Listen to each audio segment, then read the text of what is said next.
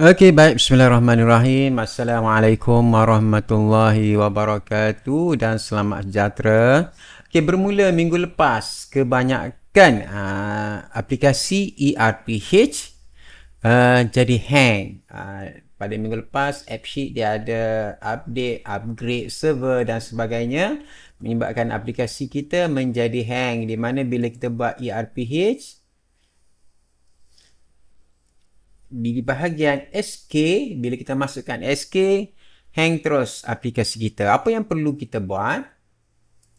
Alamak, passwordnya apa ni? Sekejap, saya check dulu password.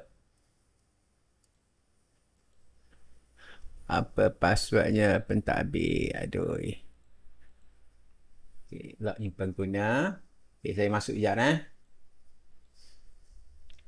Apabila kita buat ERPH, pilih SK, hang terus aplikasi kita. Contoh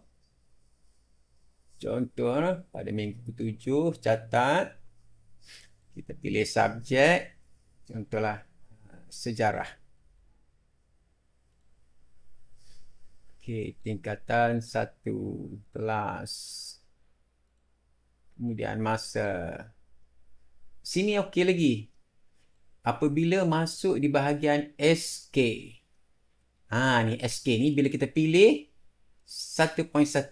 Terus hang aplikasi kita ni. Nak klik tak boleh apa semua. Apa yang kita kena buat? Okay, kita masuk semula dalam AppSheet sebab kita tak boleh dah buat. Tadi dah hang. Ni tak boleh nak klik ni. Dah hang dah. Okay, kita masuk semula.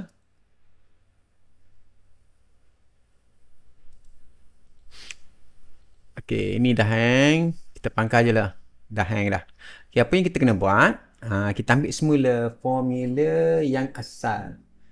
Okay, contohnya ni formula saya yang asal. Ada ERPHSK, kita ambil SK. Ni formula ni saya letak dalam YouTube nanti. SK, data valid, auto compute, sort. Ni kita ambil formula ni. Kita copy.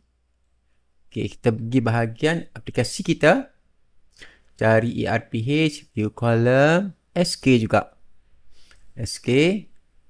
Data valid ni kita highlight, kita delete. Kita tak nak kat sini. Kita letak di bahagian auto compute, suggested value. Kita paste. Paste formula nanti saya akan share di bahagian bawah video. Okay, tu SK dah. SP pula.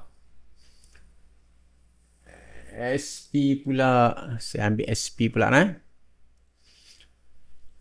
SP data valid, copy. Ni SP tadi, SK.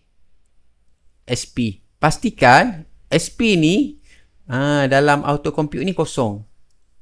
Okay, kita masuk dalam SP, pencil, data valid. Okay, kita paste yang baru.